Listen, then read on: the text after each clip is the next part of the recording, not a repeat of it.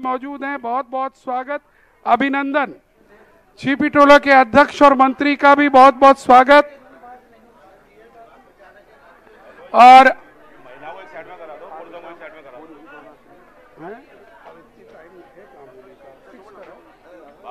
महिला एक तरफ करा दो, पुरुष एक तरफ करा दो। तो फिर अच्छा नहीं लगेगा। बिना बोले तुम 11-21,000 कुछ भी कर लो।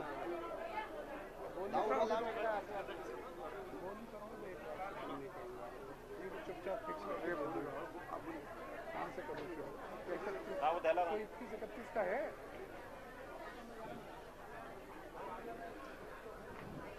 चलिएगा, प्रारंभ कर रहे हैं, समय अत्यधिक हो रहा है।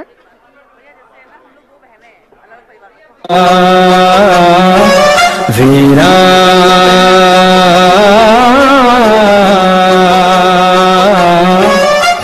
श्री महावीराय वर्धमानाय त्रिशूलासुताय नमो नमः।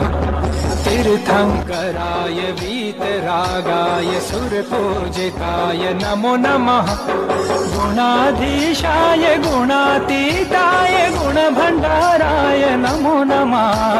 चरम शरीराय ज्ञात पूजाय सिद्धार्थ नंद नमो नमः।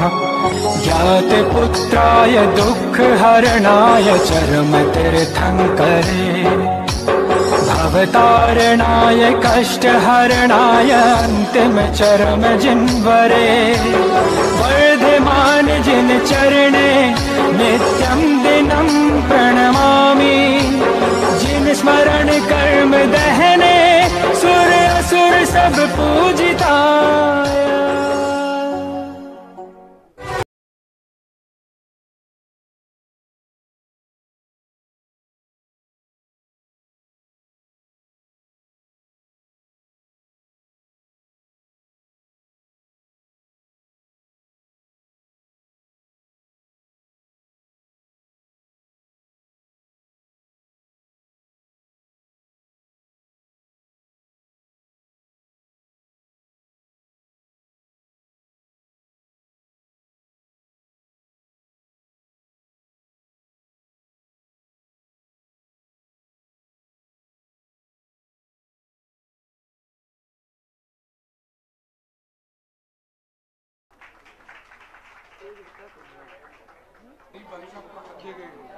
अब आपको ही आगे आना है। लोकपदन जैसी संस्था आपको देखने जा रहे हैं, उसमें कोई जिम्मेदारी लेनी है, कोई पद लेना है, कुछ दान करना है, जो भी है।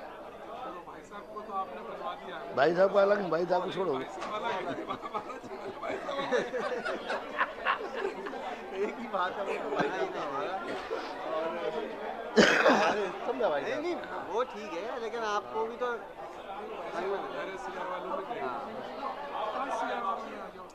भाई साहब तो चिंता करना है। पूछा पाछी नहीं, पूछा पाछी में तो महीना लगा देते हैं।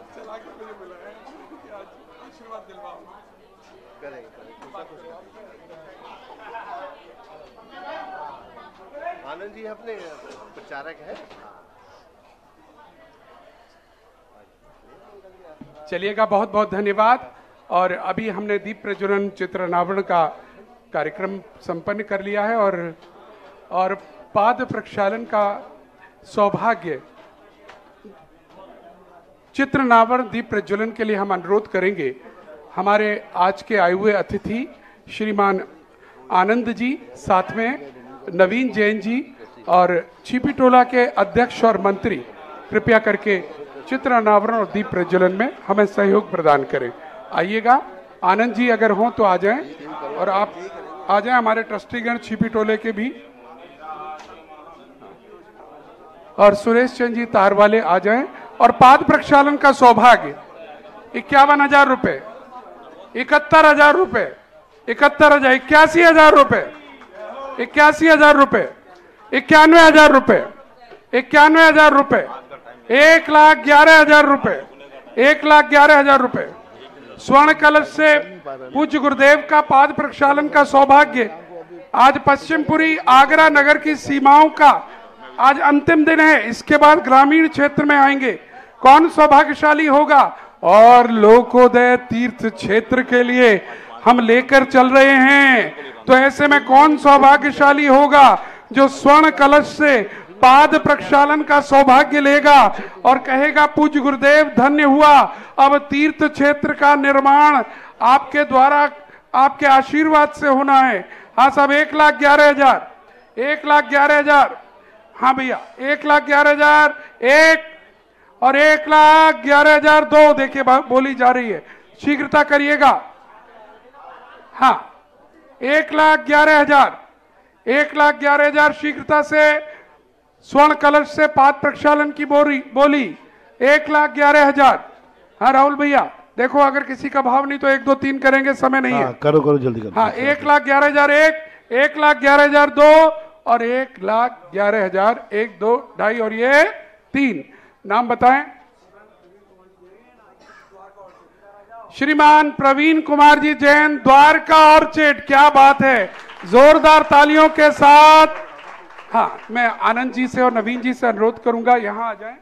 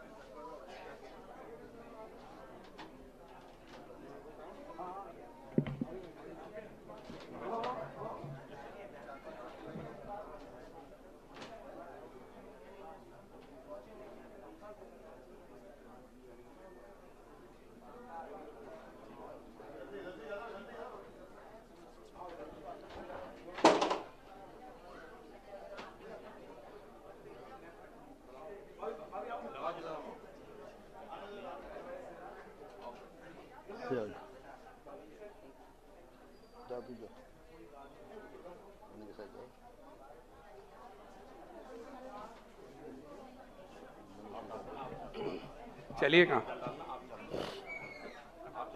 पाद प्रक्षालन की क्रिया के बाद देखिएगा, कल हमने यहां घोषणा की थी 3 समोसरण की बात आई थी और 3 समोसरण पश्चिमपुरी से हमारे पास आ चुके हैं और नाम है श्रीमान अशोक जी बेनाड़ा, आगरा। कहाँ है अशोक जी बेनाड़ा? अगर वो यहाँ हो तो श्रीफल अर्पण करने आ जाएं। दूसरा नाम श्रीमान राहुल जी पश्चिमपुरी, यहीं पर हैं, श्रीफल अर्पण करने आ जाएं। और तीसरा नाम श्रीमान राजेश जी जैन, आइएगा, तीनों परिवार मिलकर यहाँ पर समोसरण के लिए श्रीफल अर्पण करें। अब सेक्टर 7 और सेक्टर 4 से कोई नाम अगर आया हो तो हमें सूचित करें। एक एक समोसरण सेक्टर 7 और एक समोसरण सेक्टर 4। हमें बड़ी प्रसन्नता होगी शीघ्रता से वहां से कोई नाम आए, शीघ्रता करिएगा। और हमारे पास बहुत सारी घोषणाएं हैं, प्रवचन के बाद हम उन घोषणाओं को भी बोलेंगे। आपके ये एक गुप्त दान की राशि 1,11,000 रुपए हमें अभी अभी प्राप्त हुई है। बहुत बहुत साधुवाद भूदान के रूप में, जोरदार तालियों के साथ। और एक ट्रस्टी की घोषणा श्रीमान राजेश जी जैन ने करी है 100 कलश की राशि में। राजेश जी को बहुत बहुत बधाई। और भी कुछ घोषणाएं हैं, अपने मन में रखिएगा या मेरे पास से कागज लेकर लिखिएगा। और यहाँ पर जिनवाणी दान करने का सौभाग्य, कौन सौभाग्यशाली होगा? 11,000 में जो भी नाम देना चाहें आ जाएं। 11,000 रुपए मात्र में, शीघ्रता से। हाँ जी, हाँ 11,000 रुपए में जिनवाणी दान का भाव जिनका हो, शीघ्रता से हाथ खड़े कर दें। आप में से पीछे से जिनके भी भाव हो, शीघ्रता करिएगा। जिनवाणी दान, देखिए समय बिल्कुल नहीं है। जिनवाणी दान आप में से किसी का भी 11,000 रुपए मात्र में। अच्छा, ये भी बात सही है, महाराज जी ने सही कहा, आज इतने बड़े ट्रस्टी बने हैं। हाँ बिल्कुल, इनसे ही कराएंगे। और उधर से राहुल जी, समोसरण वाले तीनों आ जाएं, तीनों आ जाएं जिन्होंने समोसरण लिया। अशोक जी आए नहीं, चले गए, कोई बात नहीं। चलिए चलिए, अब मैं अनुरोध करूंगा पूज्य श्री से अपनी मंगलमय वाणी से हम सभी को अनुग्रहित करें। समय बहुत हो गया, मुझे मालूम है लाइव के दर्शक इंतजार कर रहे थे, लेकिन आज क्योंकि अभिषेक विधि मंदिर जी में हुई है इसलिए देर हुई है, लेकिन जो भी है समय बचा है, हम आशीर्वचन के लिए अनुरोध करेंगे। पूज्यवर।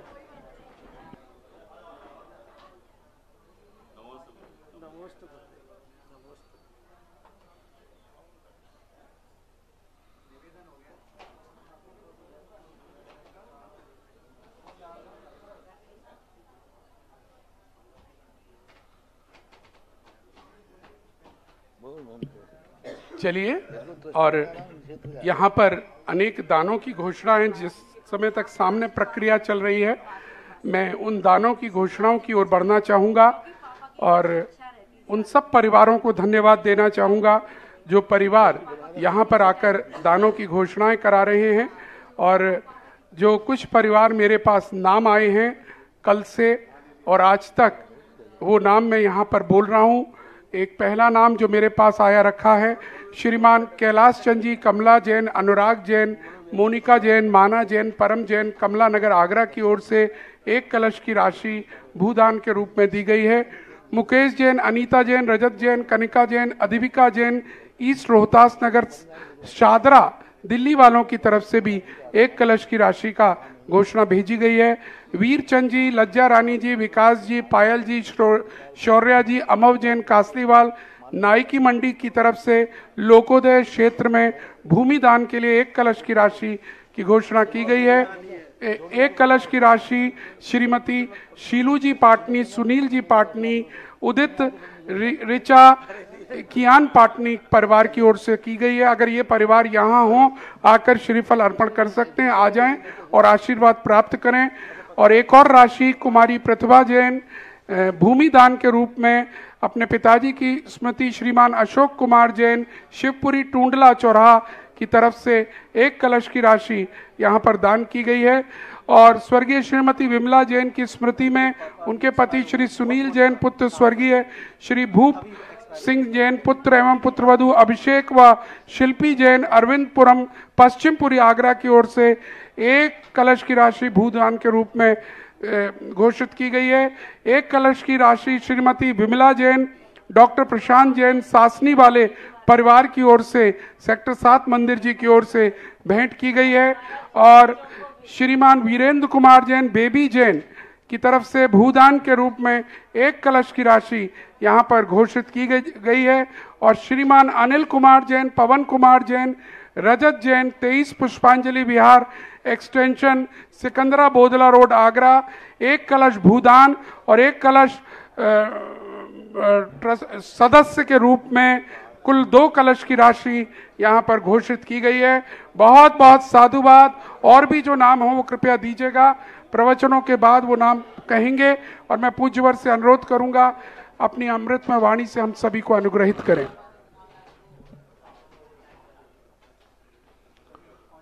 जय श्री ओम नमः सिद्धेभ्यः, जय श्री ओम नमः सिद्धेभ्यः। सर्वमंगल मांगल्यं सर्वकल्याणकारकं प्रधानं सर्वधर्माणां जैनं जयतु शासनं। पंच परमेष्टि भगवान के आचार्य श्री गुरुवर कुंद महाराज के, आचार्य श्री गुरुवर विद्यासागर महाराज के।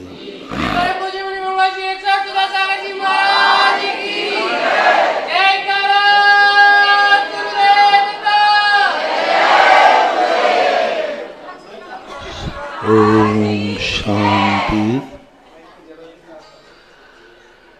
ये सृष्टि हमारी नहीं है, लेकिन हम सृष्टि के हैं। सृष्टि अंशी बनकर के दुनिया में रहती है और हम अंश बनकर के रहते हैं। ये शरीर हाथ का नहीं है, लेकिन ये हाथ शरीर का है। अपनी आँखें शरीर नहीं है, लेकिन ये आंखें शरीर की हैं। हमारे शरीर में जो कुछ भी है सब शरीर का है, लेकिन शरीर मेरा नहीं है। ऐसा ही ये सृष्टि मेरी नहीं है, लेकिन मैं सृष्टि का हूं। भगवान मेरा नहीं है, लेकिन मैं भगवान का हूं। भगवान तो सारी दुनिया के हैं।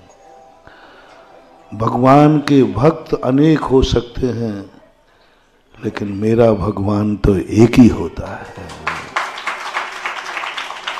एक पिता अनेक संतानों का पिता हो सकता है, लेकिन एक संतान का पिता तो एक ही होता है।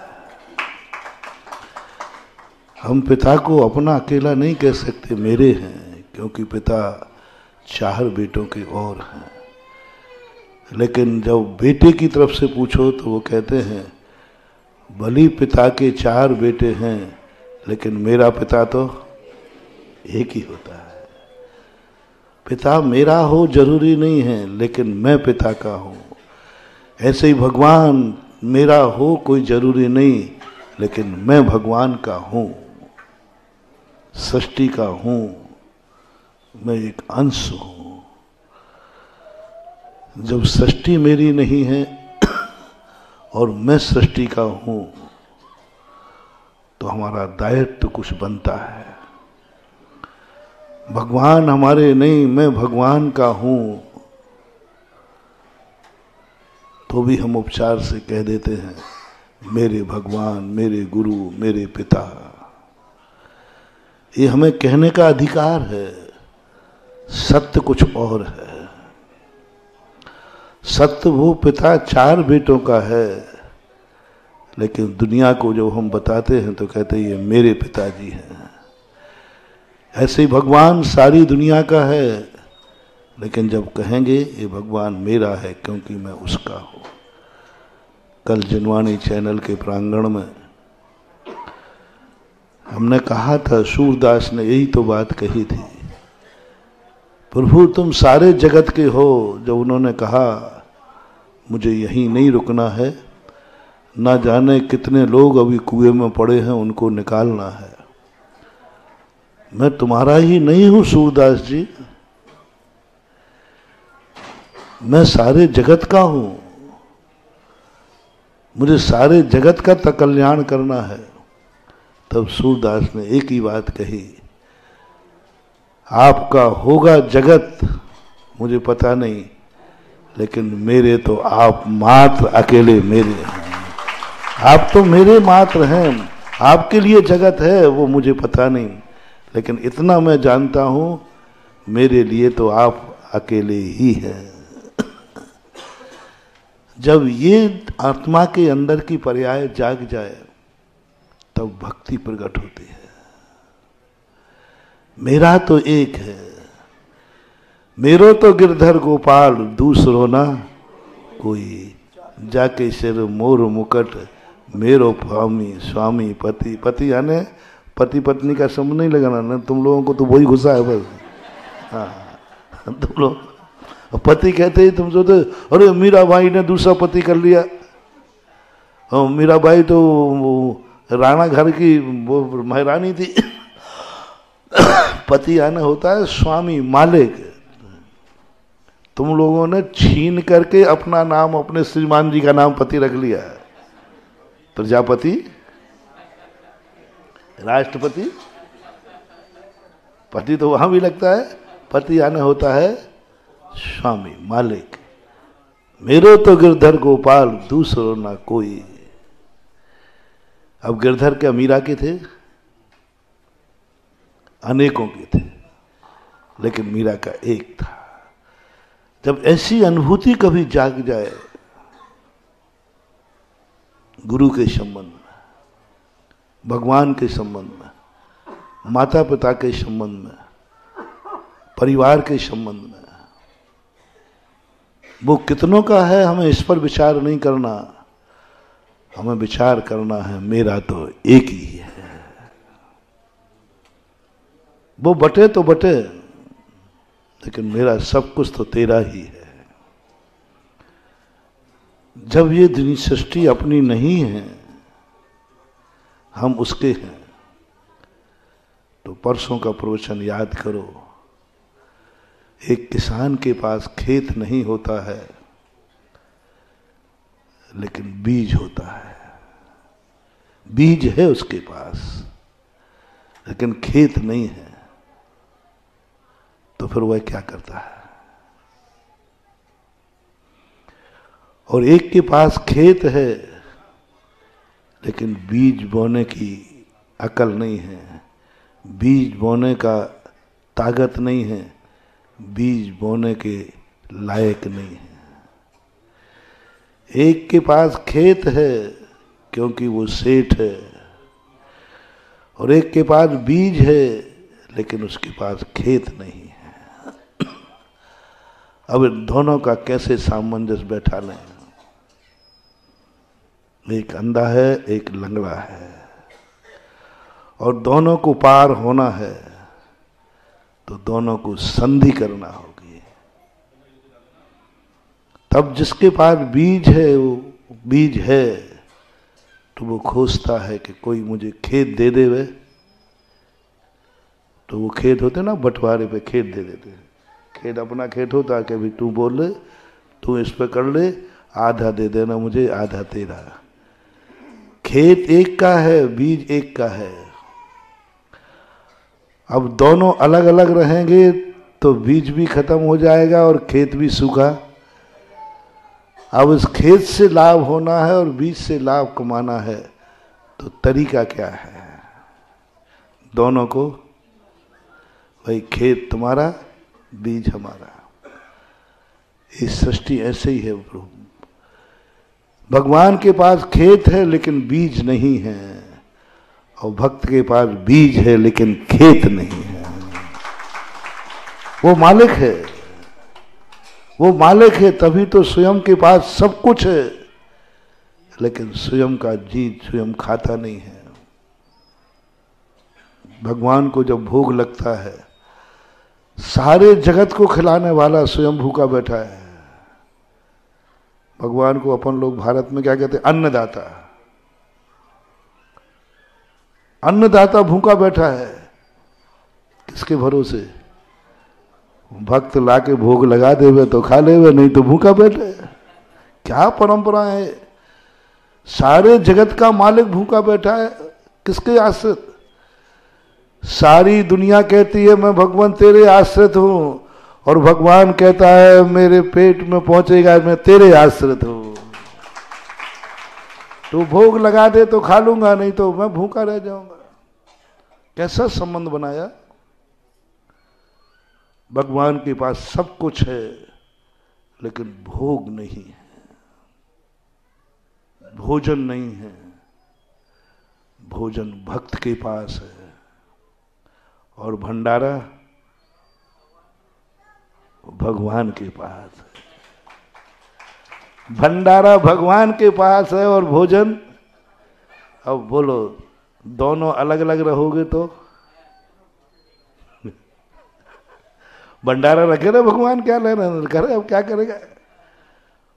तुम क्या करोगे भंडारा नहीं रहेगा तो? अब एक ही तरीका है, हमारे पूर्वजों ने, हमारे भगवंतों ने, ऋषियों ने कहा, दोनों सामंजस्य कर लो, दोनों संधि कर लो। तुम बोल दो भगवान मैं तुम्हारा हूं, और भगवान स्वीकार कर ले कि ठीक है तू मेरा है। भगवान ये नहीं कहेंगे कि मैं तेरा हूं, नहीं तो तुम ये कहो, जब मैंने कह दिया भगवान तुम मेरे हो, तो भगवान आप भी बोलो कि भक्त तू मेरा है। नहीं नहीं, वो नहीं कहेंगे। हाँ, नहीं तो तुम लोग बड़े उल्टे आदमी हो। जब भगवान मैं तुम्हें अपना कह सकता हूं कि तुम मेरे हो, तो भगवान आप भी कहो कि तू भी मेरा है। एक नादान बालक था, हो सकता है आगरी का हो, तो उसने क्या किया, पापा आप मेरे एक ही पापा हैं। हम सबसे कहते मेरे पापा एक ही है, तो आप भी बोलो पापा कि मेरा बेटा एक ही है। पापा कहते ये तो नहीं बोल पाऊंगा, कहूँ मेरे तो पापा देखो, जब मैं बोल सकता हूं तो तुम क्यों नहीं बोल सकते? नहीं बेटा मैं नहीं बोल सकता, मेरे तो अनेक बेटे हैं। तो पापा ठीक है मत बोलो, आज से मैं भी यही कहूंगा, मेरे अनेक बाप हैं। अब बच्चा तो बच्चे ही है, उसने सीधा अब बोलो, अब समझाओ इसको। या तो बोलो कि पापा मैं मेरा बेटा और नहीं तो मैं बोलूंगा मेरे बाप भी। एक पिता बोल सकता है मेरे अनेक बेटे हैं, लेकिन एक बेटा नहीं कह सकता कि मेरे अनेक। ये असभ्यता है, गलत है, पाप है, निंदनीय शब्द है। एक पिता बोले मेरे 100 बेटे हैं, ये निंदनीय नहीं है। और एक बेटा बोले मेरे अनेक बाप हैं, ये निंदनीय है। इसलिए आप लोग ऐसी जिद नहीं करना कि भगवान जब मैं आपका हूं तो आप भी कहो मेरे हो। नहीं, मैं बताता हूं अपन को क्या कहना है, भगवान मैं आपका हूं। अब भगवान क्या कहेंगे, ठीक है तू मेरा है, तू मेरा है, मैं तेरा हूं ये नहीं, तू मेरा है ये कहोगे आप। और ये शब्द कहते ही बहुत बड़ी बात बन जाएगी महानुभाव। और जब हम किसी को अपना कहते हैं, खेत तुम्हारा तो आधा बटिया करते हैं।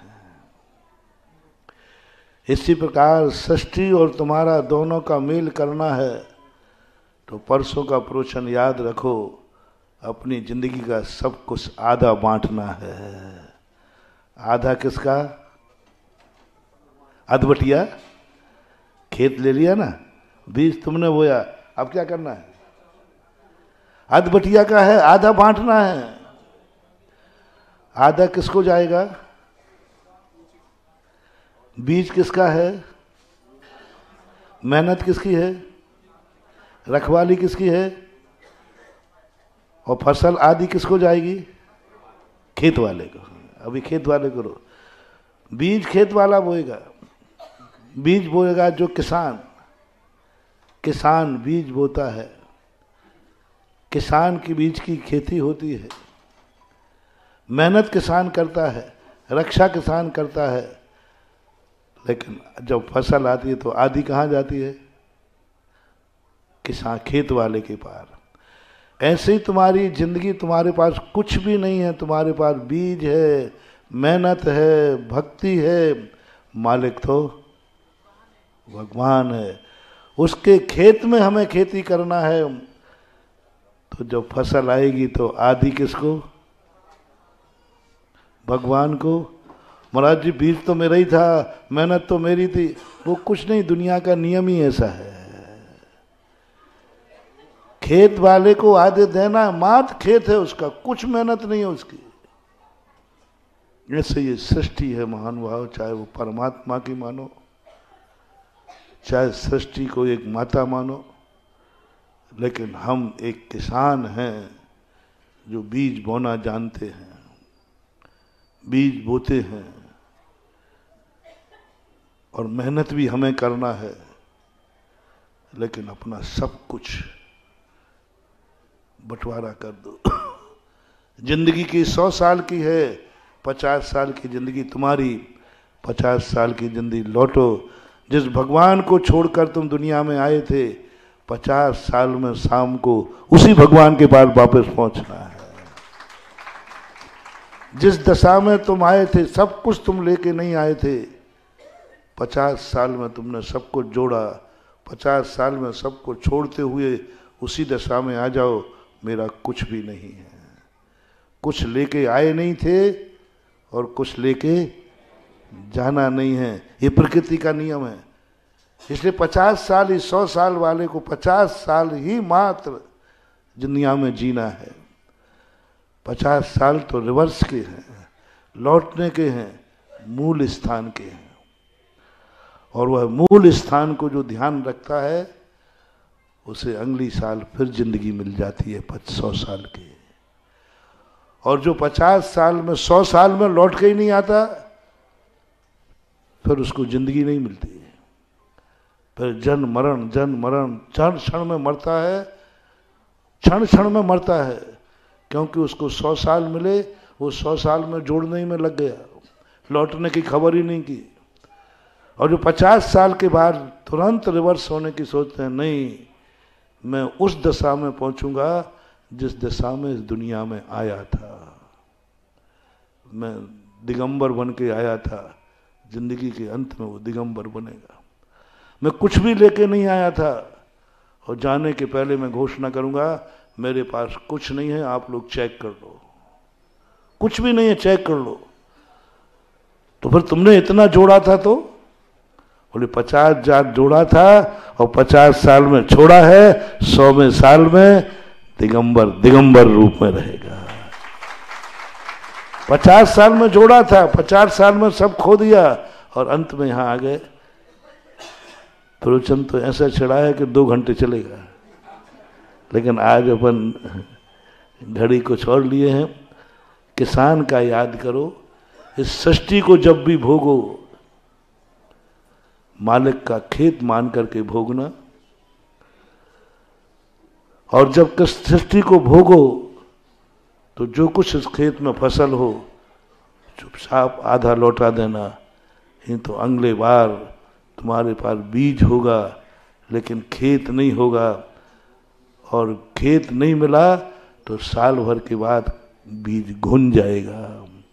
बीज की उम्र ज्यादा नहीं है, 1 साल नहीं बोया तो घुन लगेगा। खेत की उम्र अभी असीम है, यदि खेत में 1 साल नहीं बोया तो खेत का क्या बिगड़ेगा, और बीज 1 साल नहीं बोया तो घुन जाएगा। ये परमात्मा का कुछ बिगड़ने वाला नहीं है। अरे खेत खाली पड़ा रहेगा, उसका क्या बिगड़ेगा, खेत ज्यों का त्यों यथावत रहेगा।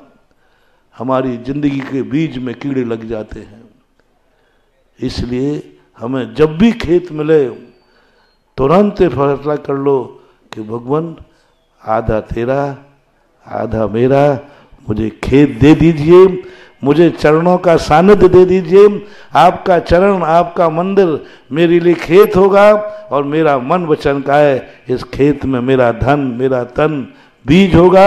मेहनत मैं करूँगा, फसल आने पर आदि तेरी होगी।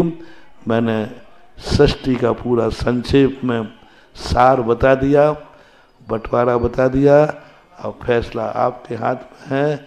हम तो आपको, आओ मेरे पास एक खेत है जिसका नाम लोकोदय है। एक खेत लोकोदय परमात्मा का द्वार है, परमात्मा का स्थान है, गुरुओं का स्थान है, धर्म का स्थान है, और तुम्हारे पास बीज है। पूरे आगरा वालों से कहना है, यदि बीज को कीड़े नहीं लगने देना है, बीज की फसल को लहराना है, तो बस 1 दिन बाकी है। कल से लोकोदय क्षेत्र की खेती होना शुरू हो जाएगा, और जो खेती में बीज बोना जाए अधबटिया पे खुला है। किस पे खुला है? वो अधबटिया ही बोलते, क्या बोलते हैं? अधबटिया, आधा। लोकोदय 3 से जो बीज बोएगा अधबटिया पे खुला है, आधा तुम्हारा। लोकोदय 3 का ये उदाहरण तो उदाहरण ही होता है। भाव समझो कि हमें जो जिंदगी मिली है प्रभु कृपा से, आधी जिंदगी तुम संसार के भोग विलासता में गुजारो, आधी जिंदगी बचे तो परमात्मा की सेवा में गुजारो। 100 रुपया कमाओ तो 50 रुपया तुम अपने शौक मौज के लिए करो, 50 रुपया प्रभु के चरणों में समर्पित कर दो, क्योंकि ये अधबटिया से मिली है दुनिया, अधबटिया से मिली है जिंदगी। आधा धन समर्पित करो, अपने से हटाओ, परमार्थ की तरफ जाओ, दान की तरफ जाओ। दुनिया के कैसे बने, अपने लिए नहीं। 50% आँख कान नाक धन भोजन परिवार सब कुछ का बंटवारा 50-50% करना है, तो तुम्हें सदा खेत मिलता रहेगा। तुम्हारे बीज को कभी घुन नहीं लग पाएगा, क्योंकि हर साल नया बीज होगा। हर साल क्या होगा? नया बीज होगा और फसल प्रति वर्ष बढ़ती जाएगी। आज इतना ही। महावीर भगवान की।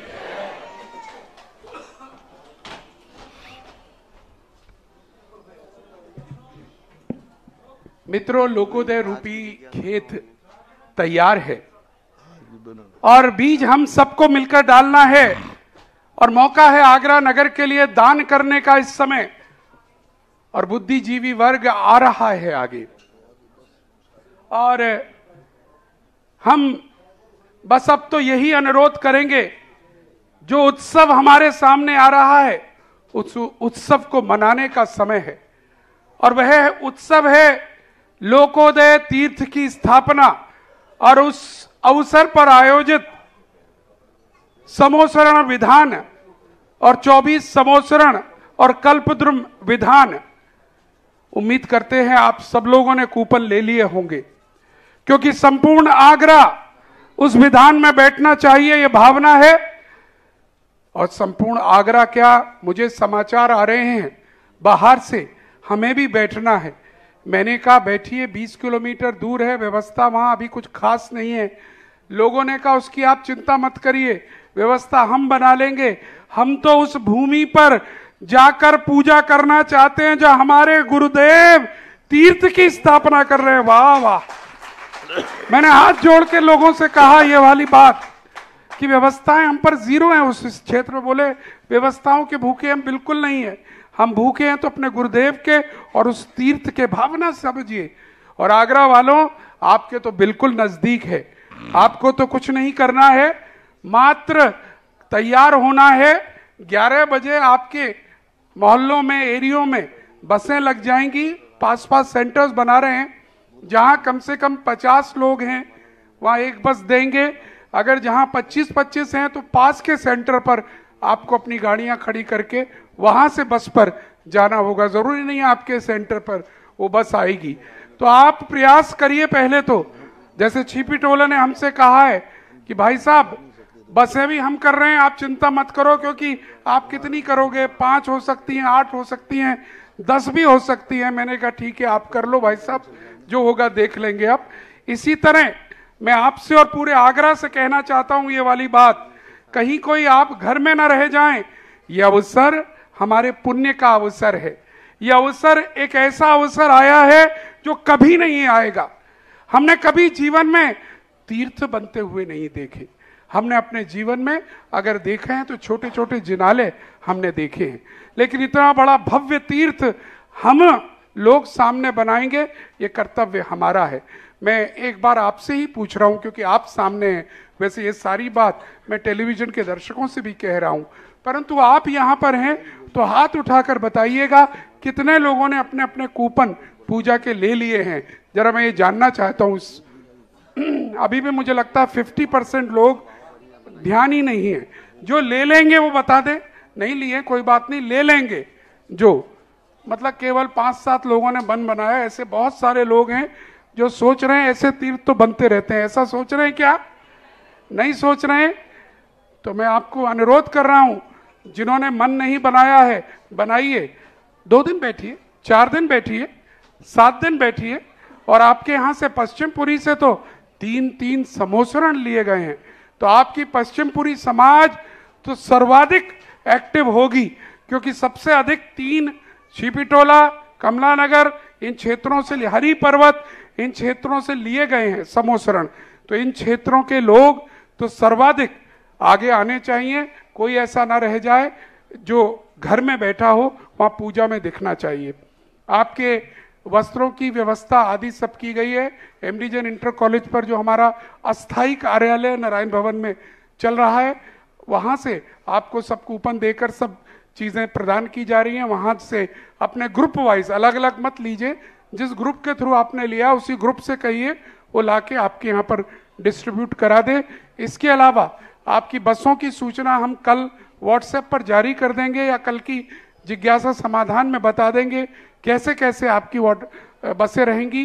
रही बात कल की, कल लोकोदय की तीर्थ भूमि पर मेरे गुरुदेव, सब बोलो मेरे गुरुदेव, मेरे गुरुदेव, मेरे गुरुदेव मेरे तीर्थ पर पहली बार आगमन कर रहे हैं, तो स्वागत भी मेरे तीर्थ जैसा होना चाहिए।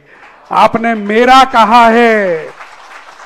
पूज्य गुरुदेव कहते हैं ये बात, कभी भी भगवान को, गुरु को हमारा नहीं मेरा अपना मानना, तब देखना सब रिएक्शंस होते हैं।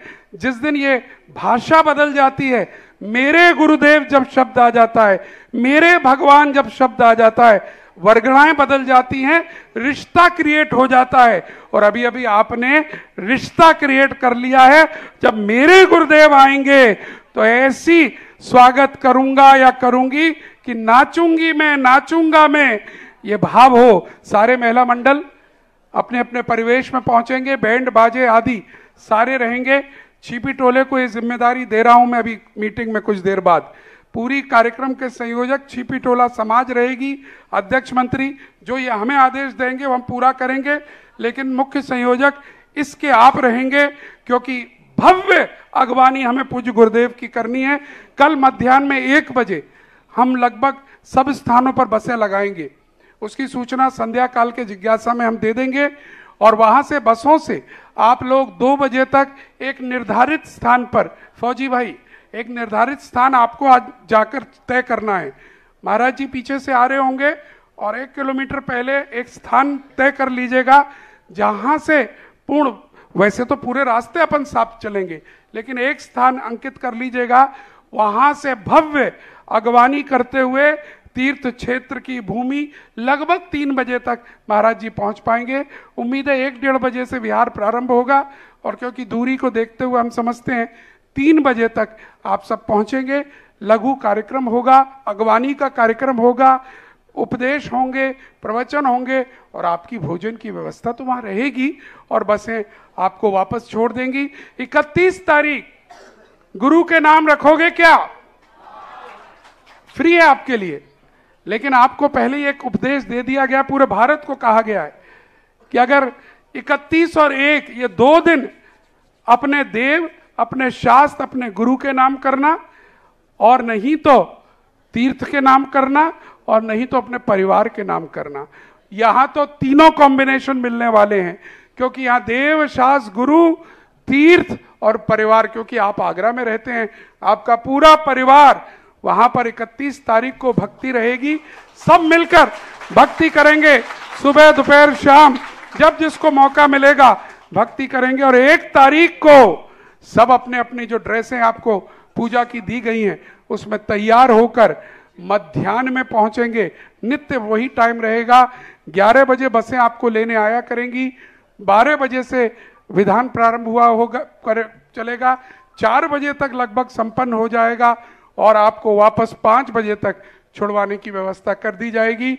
सभी के लिए ये कार्य रहेगा, कोई ऐसा ना रहे जो पीछे छूट जाए। और इसी मध्य 1 तारीख से ही प्रारंभ होगा 1008 कलशों में तीर्थ भूमि पावन सम्मेद शिखर की हमारे पास माटी आ रही है, बल्कि आ गई है, और वो कलशें स्थापित करने का कार्य हमें करना है। 1 तारीख से प्रारंभ होगा। प्रथम दिवस वर्ष का तीर्थ रक्षा के नाम, तीर्थ स्थापना के नाम हम करें, वो कलश स्थापित करें, और ये चलती रहेगी प्रक्रिया, क्योंकि बाहर से बहुत सारे भक्त हमसे कह रहे हैं कि हम चाहे 1 दिन के लिए आएं, हम आएंगे उस भूमि को नमन करने के लिए। तो सबका स्वागत है। जो भी बनेगा, गुरु का दरवाजा है, दरबार है, खुला हुआ दरबार है, पूरा भारत आए, कोई कमी नहीं है, सब होगा जैसे होगा। आज संध्या काल की जिज्ञासा, पीएचबी, यही नाम है, क्या नाम है? हाँ, पीएचबी यानी पीएल बेनाड़ा जी के फैक्ट्री पर होगी, और यहाँ मध्याह्न में आज विहार होगा। लगभग मैं 2 बजे कर ले, टाइम कितना, डिस्टेंस कितना है? 5 किलोमीटर है, तो 3 बजे के आसपास, हाँ, लगभग 3 बजे यहां से मंगल विहार होगा, और सारे लोग मिलकर विहार कराएंगे, और वहीं पर जिज्ञासा समाधान करेंगे। चलिएगा इस कार्यक्रम को। हाँ देखिए, बसें आज तो नहीं आज लगा भी नहीं रहे हम, आज तो आपकी शक्ति आपको दिखानी है। कल की बात कही है, जितने लोग बसों से आए और साधन जिनके हैं वो तो आएंगे ही अपने साधनों से, वो तो कोई मतलब ही नहीं है, बहुत दूर नहीं है, सिर्फ 18 किलोमीटर है इस स्थान से, तो सबको आना है। चलिएगा खड़े हो। ज्ञान सूजो लोकालोक सोमाणी मस्तक धनु सदा दे दुख। चलिए 9 बार नवकार मंत्र खड़े होकर कर लीजिए। हाँ, अर्घ अर्घ ओम रीम परम पूज मुनि पुंगव 108 श्री सुधा सागर जी महाराज के चरण कमलों में अनर्घ्य पद प्राप्त है। अर्घम निर्वपामति स्वाहा।